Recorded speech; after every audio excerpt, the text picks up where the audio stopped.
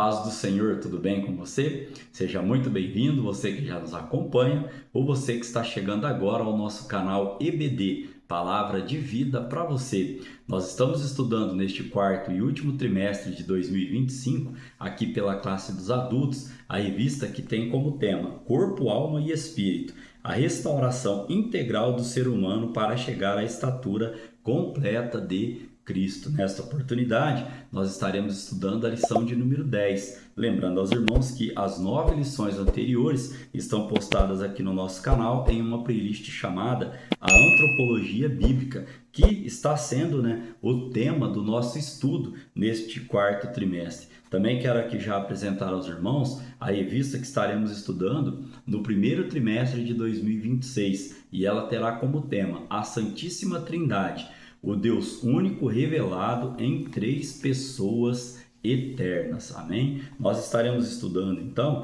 esta lição de número 10, que é para a data do dia 7 de dezembro de 2025, e ela tem como tema Espírito, o âmago da vida humana. Hoje nós estaremos estudando, focando na parte aqui imaterial, no espírito. Nós temos como texto áureo Zacarias capítulo 12, versículo de número 1, que diz assim: peso da palavra do Senhor sobre Israel.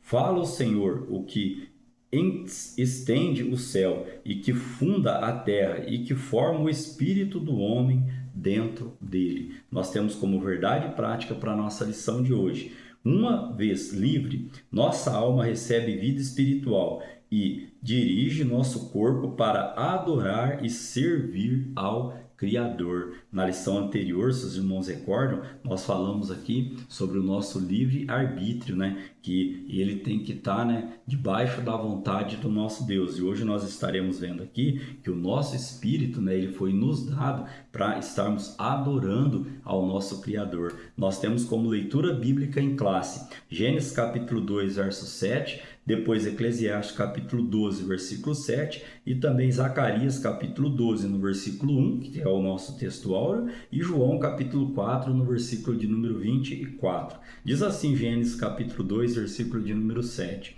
E formou o Senhor Deus o homem do pó da terra, e soprou em seus narizes o fôlego da vida, e o homem foi feito alma vivente. Eclesiastes capítulo 12, no verso 7, diz assim, e o pó volte à terra, como era, e o espírito volte a Deus, que o deu. Nós estaremos falando também um pouquinho sobre essa temática aqui durante a lição de hoje. Zacarias capítulo 12, versículo 1, que é o nosso texto áureo, acabamos de fazer menção dele aqui, Peso da palavra do Senhor sobre Israel. Fala o Senhor, o que estende o céu e que funda a terra e que forma o espírito do homem dentro dele. João capítulo 4, verso 24 vem nos dizendo: Deus é espírito e importa que os que o adoram, o adorem em espírito e em verdade. Amém? Nós temos como 3 objetivos, para nós estarmos estudando na lição de hoje. 3 objetivos específicos. O primeiro, expor que o espírito humano foi concedido diretamente por Deus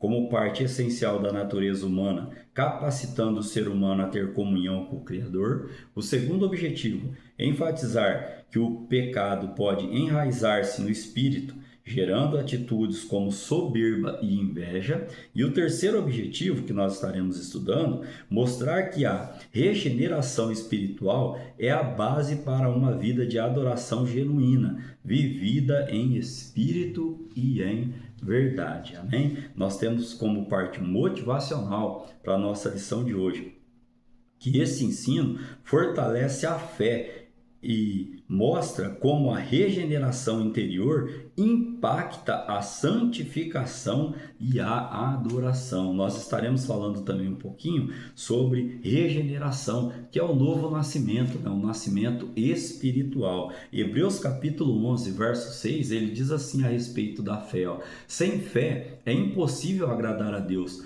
pois quem dele se aproxima precisa crer que ele existe e que recompensa aqueles que o buscam. Amém? Nós temos como palavra-chave para a nossa lição de hoje espírito. E a introdução aqui, nós estaremos tratando então nesta lição acerca do espírito, como eu comentei aos irmãos. Nós vamos ver aqui, como nos foi comunicado pelo Criador, vamos ver sua divisão em relação à alma e a sua importância para a nossa comunhão com Deus, e também veremos como ele é importante, para essa comunhão em santificação e adoração ao nosso Deus. Nós temos 3 tópicos para estarmos estudando na lição de hoje para embasar esta introdução que trouxe aqui aos irmãos. O primeiro tópico, nós vamos falar sobre o sopro divino, a concessão do Espírito. No segundo tópico, nós estaremos estudando aqui sobre Espírito, pecado e santificação. E no terceiro tópico, regeneração e adoração. Já é sabido dos irmãos, que a revista ela traz os seus tópicos e dentro dos tópicos ela traz os seus subtópicos. E o primeiro subtópico aqui para estarmos estudando, ele tem como tema o fôlego da vida. Aqui neste primeiro subtópico, vamos trazer um conceito sobre o que vem ser o fôlego da vida.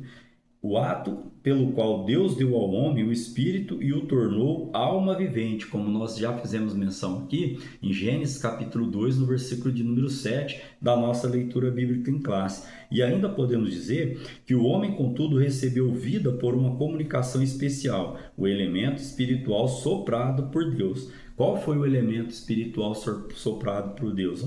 O Espírito é a parte imaterial, através da qual estabelecemos nossa comunhão com o Criador. Lá em Jó, capítulo 32, no verso 8 e o verso 18, diz assim, mas é o Espírito dentro do homem que lhe dá entendimento, o sopro do Todo-Poderoso.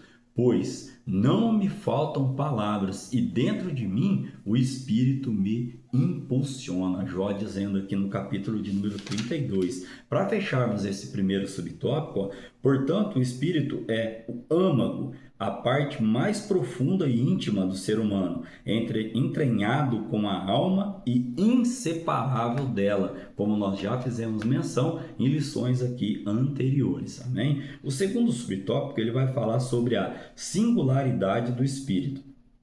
Aqui, alma e espírito são mencionados ao longo do Antigo e do Novo Testamento como componentes imateriais distintos, como também já estudamos aqui em lições anteriores. Mas para embasarmos este conhecimento, Jó capítulo 7, no versículo de número 11, vem dizendo assim, por isso não me calo, na aflição do meu espírito desabafarei, na amargura da minha alma farei as minhas queixas. O sábio Salomão, em Eclesiastes capítulo 12, no verso 7, fizemos menção já na leitura bíblica em classe, ele diz assim, o pó volte à terra de onde veio, e o espírito volte a Deus que o deu. Então, neste conceito, o retorno do espírito para Deus se dá junto com a alma, consciente das ações humanas, sejam elas boas ou sejam elas más. Ainda podemos trazer aqui uma outra referência lá de Apocalipse, capítulo de número 20, no verso de número 4, que diz assim,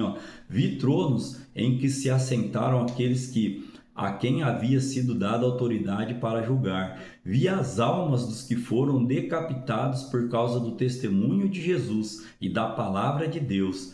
Eles não tinham adorado a besta, nem a sua imagem, e não tinham recebido a sua marca na testa nem nas mãos. Eles ressuscitarão e reinarão com Cristo durante 1000 anos. Para embasarmos que o retorno do Espírito para Deus se dá junto com a alma, e aí consciente das ações humanas, sejam elas boas ou más. O terceiro subtópico ele vai falar sobre a tênua divisão. Em Tessalonicenses, 1 Tessalonicenses, capítulo de número 5, no verso de número 23, se destaca em relação à distinção entre alma e espírito, pois os mencionam expressamente sem qualquer aparência siminônica, ou seja, sem qualquer aparência de igualdade, sinônimica. Então, podemos trazer ainda que, apesar das discussões teológicas a respeito da composição tríplice, ou seja, espírito, corpo e alma, que nós estamos estudando neste quarto trimestre, as Escrituras Sagradas fazem claras referências às 3 partes distinguindo-as, Olha lá em Hebreus capítulo 4, no versículo de número 12, diz assim, ó: pois a palavra de Deus é viva e eficaz, e mais afiada que qualquer espada de dois gumes. Ela penetra até o ponto de dividir alma e espírito, juntas e medulas, e julga os pensamentos e as intenções do coração. A Bíblia deixa claro, né, a composição do ser humano: espírito, alma e corpo. 1 Tessalonicenses capítulo 5, no versículo de número 23. Temos como resumo para este primeiro tópico que acabamos de estudar: Deus concedeu ao ser humano o fôlego da vida, tornando-o um ser espiritual com capacidade de comunhão com o Criador.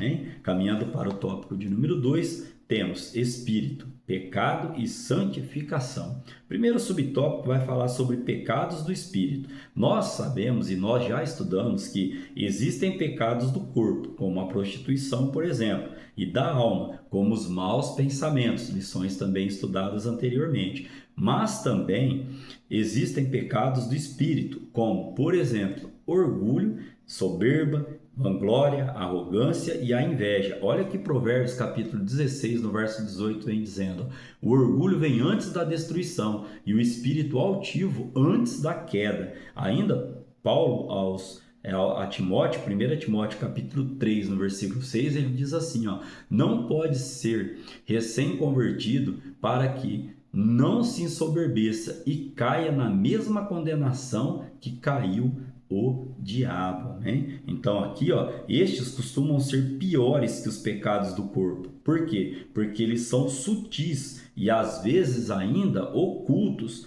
Os pecados do espírito causam terríveis males. Provérbios capítulo 15, no versículo 25, diz assim, ó: o Senhor derruba a casa do orgulhoso, mas mantém intactos os limites da propriedade da viúva, né? Podemos ainda trazer neste conceito aqui, irmãos, que além de prejudicar seus autores, afetam e destroem muitos relacionamentos. Tiago, capítulo 3, do verso 13 ao 16, ele vem nos dando essa orientação, ó: quem é sábio e tem entendimento entre vocês, que o demonstre por seu bom procedimento, mediante obras praticadas com a humildade que provém da soberba. Contudo, se vocês abrigam no coração inveja amarga e ambição egoísta, não se gloriem disso, nem neguem a verdade. Esse tipo de sabedoria não vem dos céus, mas é terrena, não é espiritual, mas é demoníaca.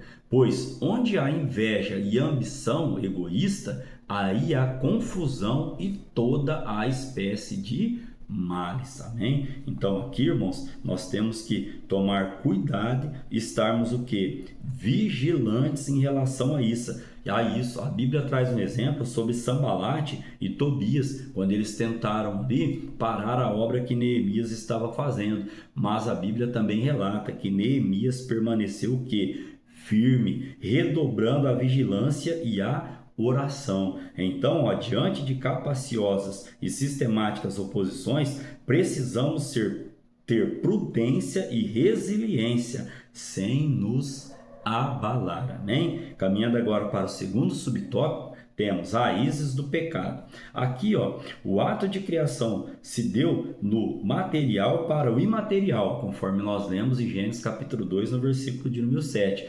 Mas a redenção se dá do espiritual para o físico. É no imaterial que a Bíblia geralmente chama de coração que o pecado fica o quê? Enraizado. Por isso, irmãos, nós temos que ter a verdadeira santificação e saber que ela acontece de dentro para fora. Olha o que diz em Ezequiel, capítulo 36, do versículo 26 e o versículo 27. Darei a vocês um coração novo e porei um coração novo em vocês. Tirarei de vocês um coração de pedra e em troca darei um coração de carne. Porei o meu espírito entre vocês e os levarei a agir segundo os meus decretos e obedecer fielmente às minhas leis. Ainda Neste mesmo conceito aqui, Paulo aos Romanos, capítulo 8, do versículo 10 ao 13, ele vem nos dizendo, mas se Cristo está em vocês, o corpo está morto por causa do pecado, mas o Espírito está vivo por causa da justiça. E se o Espírito daquele que ressuscitou Jesus dentre os mortos habita em vocês, aquele que ressuscitou a Cristo dentre os mortos também dará vida aos seus corpos mortais, por meio do seu Espírito, que habita em vós. Portanto, irmãos, estamos em dívida não para com a carne, para vivermos sujeito a ela. Pois se vocês viverem de acordo com a carne, morrerão. Mas se pelo Espírito fizerem morrer os atos do corpo, viverão. Amém? Ainda Paulo aos Gálatas, capítulo de número 5, no versículo de número 22, ele vem falando também, sobre essa questão. Mas o fruto do Espírito é amor, alegria, paz, paciência, amabilidade, bondade e fidelidade. Isso aqui, para nós retratarmos que é no imaterial que a Bíblia, ela normalmente chama de coração, que o pecado ele fica o quê? Enraizado, Então, nós temos que estar o quê? Sempre com o nosso espírito ligado ao nosso Criador, amém? O terceiro subtópico, nós vamos falar sobre vencendo o pecado. Aqui, o autor da revista, ele nos pontua: a força do pecado arraigada em nosso espírito somente é vencida quando deixamos de confiar em nós mesmos e dependemos inteiramente da graça de Deus e seu poder salvador e santificador. O homem de si mesmo não consegue sozinho vencer o pecado. A nossa confiança tem que estar o quê? Na dependência inteiramente da graça de Deus. E o que é a graça de Deus para a nossa vida? É um presente o quê? Imerecido. Nós não merecíamos, mas pela graça do nosso Deus, nós fomos alcançados. O que é impossível à força humana, ou seja, esse A craseado aqui, o que é impossível para a força humana, torna-se possível mediante o poder divino operante em nós. Em Romanos, Paulo vai dizer no capítulo 8, verso 3 e 4, porque aquilo que a lei fora incapaz de fazer, por estar enfraquecida pela carne, Deus o fez, enviando seu próprio Filho, à semelhança do homem pecador, como oferta pelo pecado, e assim condenou o pecado na carne, a fim de que as justas exigências da lei fossem plenamente satisfeitas em nós, que não vivemos segundo a carne, mas segundo o Espírito. Ainda aqui, irmãos, revestir-se de mansidão e humildade no modelo de Cristo é essencial para uma vida espiritual saudável e frutífera. O apóstolo Paulo, ainda aos Filipenses, capítulo 2, do verso 3 ao 8, ele vem dizendo: nada façam por ambição egoísta ou por vaidade, mas humildemente considerem os outros superiores a vós mesmos. Cada um cuide não somente dos seus interesses, mas também dos interesses dos outros. Seja a atitude de vocês a mesma de Cristo Jesus, que, embora sendo Deus, não considerou que o ser igual a Deus era algo que o devia apegar-se, mas esvaziou-se a si mesmo, vindo a ser servo, tornando-se semelhante aos homens e, sendo encontrado em forma humana, humilhou-se a si mesmo e foi obediente até a morte, e morte de cruz. Amém? Então, a arrogância sequer deveria ser nominada entre nós. Quando contendas, inclusive públicas, são feitas em nome de Cristo, é porque ainda não compreendemos o verdadeiro cristianismo. Ainda podemos trazer aqui uma recomendação: purifiquemo-nos de todos os pecados, inclusive os pecados do Espírito, pelos meios da graça, que nós acabamos de estudar no subtópico anterior. O resumo deste tópico de número 2 aqui, ele vem nos dizendo: o pecado pode enraizar-se no espírito, e a verdadeira santificação começa no interior, pela ação transformadora da graça de Deus. Amém? Caminhando para o último tópico da nossa lição de hoje, nós temos regeneração e adoração. Primeiro subtópico, o novo nascimento. A vitória sobre o pecado começa necessariamente com a experiência espiritual do novo nascimento. ato divino operado em nosso interior, que nos outorga um espírito regenerado. Paulo aos Efésios, capítulo 2, no versículo 1 ao 6, ele vem nos dizendo: vocês estavam mortos em suas transgressões e pecados, nos quais costumavam viver, quando seguiam a presente ordem deste mundo e o príncipe do poder do ar, o espírito que agora está atuando nos que vivem na desobediência. Anteriormente, todos nós também vivíamos entre eles, satisfazendo as vontades da nossa carne, seguindo os seus desejos e pensamentos. Como os outros, éramos por natureza merecedores da ira. Todavia, Deus, que é rico em misericórdia, pelo grande amor com que nos amou, deu-nos a vida com Cristo quando ainda estávamos mortos em transgressões. Pela graça, vocês são salvos. Deus nos ressuscitou com Cristo e com Ele nos faz assentar nas regiões celestiais em Cristo Jesus. Então a regeneração, ela é o novo nascimento em Cristo Jesus. Isso era incompreensível para Nicodemos e seu padrão religioso. O exemplo que o autor da revista traz aqui para nós. Assim como é para os que desejam mostrar aparência de piedade sem terem experimentado o sobrenatural processo de regeneração.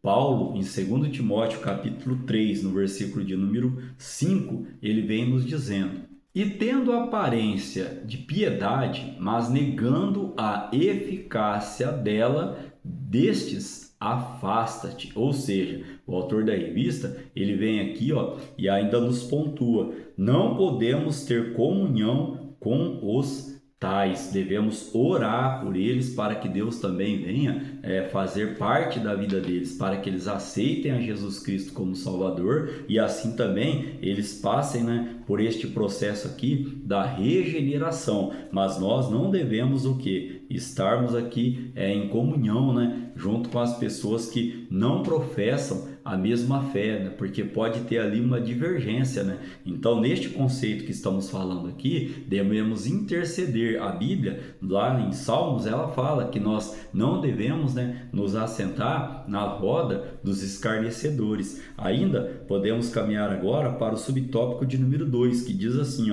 em espírito e em verdade. Nós já lemos João capítulo 4, verso 24, que aqueles que adoram a Deus, que o adorem em espírito e em verdade. E aqui ainda, continuando o exemplo aqui que a revista nos trouxe, a compreensão da imprescindível obra do nascimento, do novo nascimento operado em nosso interior, é fundamental também para uma vida correta de adoração. Assim como Nicodemos, a mulher samaritana expressou um entendimento religioso limitado ou visível, apontando o monte Gerizim, conhecido lugar de adoração de seus pais. Uma vida espiritual sadia não se fundamenta em misticismos, mas em uma comunhão com Deus, segundo as Escrituras. João capítulo 7, no versículo de número 38, vem dizendo assim, quem crer, melhor dizendo, em mim, como diz a Escritura, do seu interior fluirão rios de água viva. Amém? Então, não é no misticismo, Nós devemos adorar a Deus em espírito e em verdade. O terceiro subtópico que ele vem falando, um espírito quebrantado. Aqui, a verdadeira e pura adoração nasce de um espírito quebrantado, em simplicidade, sem pretensão de louvor ou glória humana. Salmista, lá no Salmo de número 51, no verso 17, ele diz assim, os sacrifícios que agradam a Deus são um espírito quebrantado, um coração quebrantado e contrito. Ó Deus, não desprezarás. Então, aqui neste conceito que estamos tratando ainda, Paulo, ao segundo Coríntios, capítulo de número 11, no versículo de número 3, ele diz assim, o que receio e o que quero evitar é que, assim como a serpente enganou Eva com astúcia, a mente de vocês seja corrompida e se desvie da sua sincera e pura devoção a Cristo. Então Deus ele espera de nós um coração puro, um coração quebrantado em adoração ao seu santo nome. Amém? Caminhando para o resumo deste tópico de número 3, nós temos a regeneração espiritual é essencial para uma adoração autêntica que nasce de um espírito quebrantado e alinhado com a verdade bíblica. Caminhando para a conclusão da nossa lição de hoje, o âmago da vida humana, o Espírito, foi dado por Deus para que mantenhamos comunhão com Ele. Eu acho que isso ficou bem claro durante a nossa lição de hoje.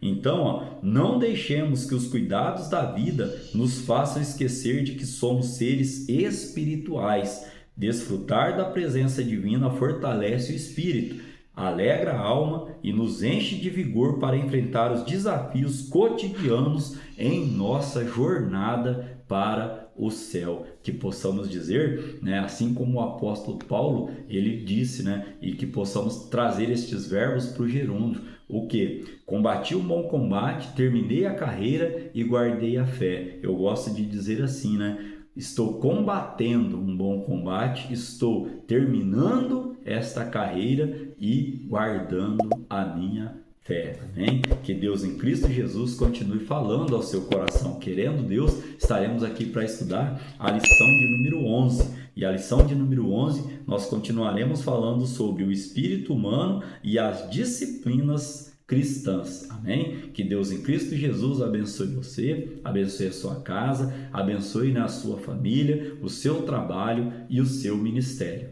Amém?